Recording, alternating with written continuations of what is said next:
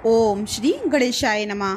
ओम boom बुद्धाय नमः। प्रिय श्रोताओं, आज बुधवार के दिन सुनिए विघ्नहर्ता भगवान श्री गणेश और बुद्ध देव की कथा। भगवान गणेश जी की पूजा देवताओं में सबसे पहले की जाती है, लेकिन बात उस समय की है जब उनका विवाह नहीं हो रहा था, क्योंकि कोई भी कन्या उनसे विवाह नहीं करना चाहती थी।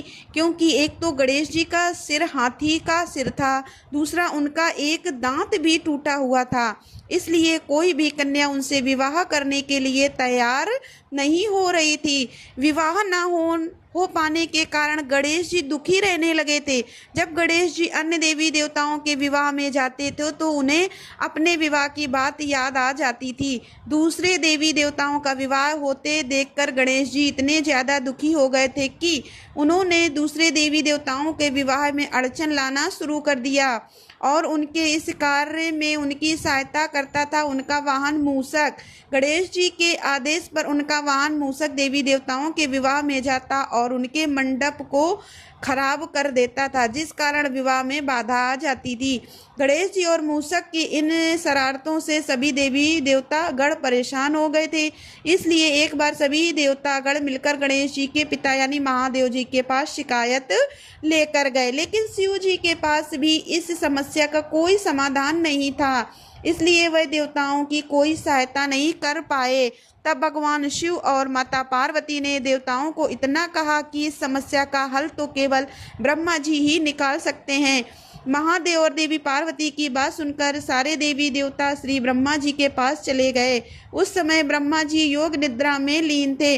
ब्रह्मा जी को योग में देखकर देवी देवता उनसे प्रार्थना करने लगे, जिसके फल स्वरूप ब्रह्मा जी के योग से रिद्धि सिद्धि नाम की दो पुत्रियां प्रकट हुई। क्योंकि रिद्धि सिद्धि ब्रह्मा जी के योग से उत्पन्न हुई थी, इसलिए रिद्धि सिद्धि को ब्रह्मा जी की ही मानस पुत्रियां कहा जाता है। पुत्रियों को प्राप्त करने के बाद ब्रह्मा जी अपनी दोनों पुत्रियों रिद्धि और सिद्धि को लेकर गणेश जी के पास पहुंचे और गणेश जी को उन्हें शिक्षा देने के लिए कहने लगे, क्योंकि गणेश जी बहुत ही बुद्धिमान और ज्ञानी थे। ब्रह्मा जी के कहने पर भगवान गणेश जी रिद्धि सिद्धि को शिक्षा देने के लिए तैयार हो गए। अब रिद्धि सिद्धि की शिक्षा शुरू हो गई थी। इस बीच जब कभी उनकी शरारती मूषक किसी देवी देवता के विवाह में अड़चन डालने के लिए गणेश जी को उनके विवाह के बारे में बताने के लिए आता, तो रिद्धि सिद्धि स्वांग रचकर हमेशा मूषक को भगा दिया करती, जिससे देवी देवताओं का विवाह बिना किसी विघ्न के पूरा हो जाता था। ऐसा करते करते बहुत समय बीत गया। एक दिन गणेश जी को पता चल गया कि रिद्धि सिद्धि के कारण ही देवी देवताओं का विवाह बिना किसी अड़चन के पूरा हो रहा है। इस बात का पता लगने पर गणेश जी ने बहुत क्रोधित हुए, लेकिन गणेश जी की क्रोधित कर पाते इससे पहले ही श्री ब्रह्मा जी वहां प्रकट हो गए और गणेश जी से कहने लगे कि हे गणेश, मेरे दोनों पुत्रियों रिद्धि सिद्धि के लिए मुझे कोई योग्य वर नहीं मिल रहा है, इसलिए मैं आपसे अनुरोध करता हूं कि आप ही मेरी दोनों पुत्रियों से विवाह कर लीजिए। तब ब्रह्मा जी के कहने पर गणेश जी रिद्धि सिद्धि से विवाह करने के लिए तैयार हो गए और फिर उनका विवाह बड़ी ही धूमधाम से रिद्धि सिद्धि के साथ हुआ। ऐसी मान्यता है कि गणेश जी के रिद्धि और सिद्धि से दो पुत्र हुए, जिनका नाम शुभ और लाभ है। कुछ कथाओं में ऐसा भी वर्णन मिलता है कि रिद्धि सिद्धि प्रजापति विश्वकर्मा जी की पुत्रियां हैं। आज के दिन गणेश भगवान की पूजा करने से ऐसा माना जाता है कि भगवान गणेश जी की पूजा के साथ ही माता रिद्धि सिद्धि और शुभ और लाभ की पूजा भी स्वतः हो जाती है और इन सभी का आशीर्वाद भी मिलता है। यह थी गणेश भगवान की कहानी। अब सुनिए बुधवार व्रत कथा। पौराणिक ग्रंथों में बुधवार के व्रत की कथा इस प्रकार मिलती है। बहुत समय पहले की बात है कि साहूकार का एक नया विवाह हुआ था। उसकी पत्नी अपने मायके गई हुई थी। नया विवाह था, नई नई उमंग थी। साहूकार का परिवार भी कुछ खास बड़ा नहीं था। जो वे रिश्तेदारों थे उनके घर बहुत दूर थे। अब साहूकार को अकेलापन खाए जा रहा था। उससे रहा नहीं गया और वह जा पहुंचा अपनी ससुराल में उसकी खूब आवभगत हुई। अगले ही दिन साहूकार ने कह दिया कि विदाई की तैयारी कर लीजिए, हमें निकलना है।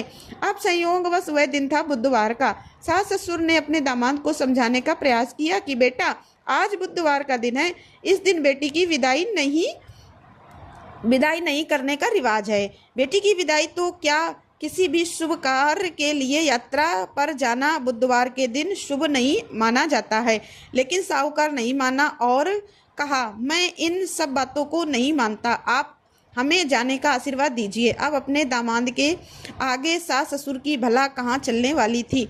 अब मासूम कर तैयारी करनी पड़ी। बेटी की विदाई कर दी गई। आगे चलते चलते रास्ते में साहूकार की पत्नी को जोर से प्यास लगी। साहूकार जैसे ही पानी लेने के लिए गया और जब पानी लेकर वापस लौटा तो देखकर हैरान रह गया।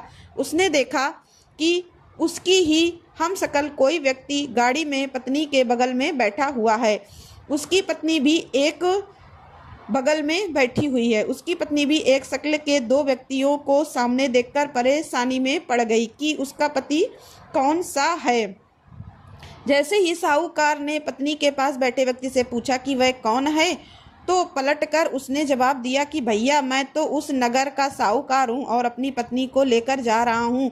तुम बताओ तुम कौन हो और मेरी पत्नी पर तुम अपना अधिकार क्यों जमा रहे हो। ऐसे बहस करते करते दोनों में विवाद बढ़ गया। विवाद को देखते हुए एक राज्य से सिपाही वहां पहुंचे और साहूकार को पकड़ लिया। अब सिपाही भी चक्कर में पड़ गए कि दोनों की शक्ल सूरत तो एक समान है।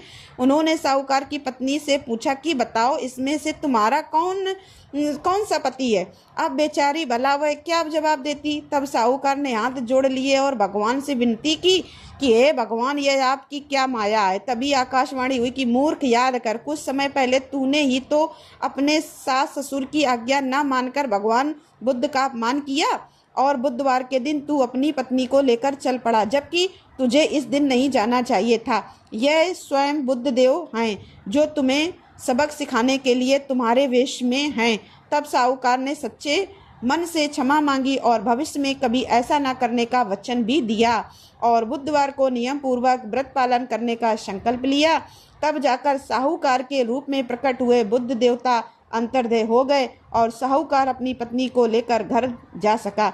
इस घटना के बाद साहूकार और उसकी पत्नी दोनों नियमित रूप से बुधवार का व्रत पालन करने लगे। मान्यता है कि जो भी व्यक्ति इस कथा को कहता या सुनता है, पढ़ता है, उसे बुधवार के दिन यात्रा करने पर कोई भी दोष नहीं लगता और समस्त सुखों की भी प्राप्ति होती है। बुध ग्रह की शांति और सर्व सुख के इच्छुक स्त्री पुरुष बुधवार के दिन इस व्रत को कर सकते हैं। ज्ञान, बुद्धि, कार्य, व्यापार आदि में उन्नति के लिए भी बुधवार का व्रत बहुत ही शुभ और फलदायी माना जाता है। आज के दिन बुद्ध देवता के साथ साथ भगवान गणेश जी की पूजा का भी विधान है। यह थी बुधवार व्रत कथा। अब सुनिए गणेश भगवान की आरती। जय गणेश जय गणेश जय गणेश देवा, माता जाकी पार्वती पिता महादेवा। जय गणेश जय गणेश जय गणेश देवा, माता जाकी पार्वती पिता महादेवा। एक दंत दयावंत चार भुजाधारी, माथे सिंदूर सोए मूस की सवारी। जय गणेश जय गणेश जय गणेश देवा, माता जाकी पार्वती पिता महादेवा। पान चढ़े, फूल चढ़े और चढ़े मेवा, लड़ुअन का भोग लगे संत करें सेवा। एक जय गणेश जय गणेश जय गणेश देवा, माता जाकी पार्वती पिता महादेवा। अंधन को आँख देत, कोड़िन को काया, बाजन को पुत्र देत, निर्धन को माया। जय गणेश जय गणेश जय गणेश देवा, माता जाकी पार्वती पिता महादेवा। शूर श्याम शरण आए, सफल कीज सेवा, सूर श्याम शरण आए, सफल कीज सेवा, माता जाकी पार्वती पिता महादेवा। जय गणेश जय गणेश जय गणेश देवा, माता जाकी पार्वती पिता महादेवा। दीनन की लाज रखो शंभु सुतेवारी, दीनन की लाज रखो शंभु सुतेवारी। कामना को पूर्ण करो जाऊं बलिहारी, कामना को पूर्ण करो जाऊं बलिहारी।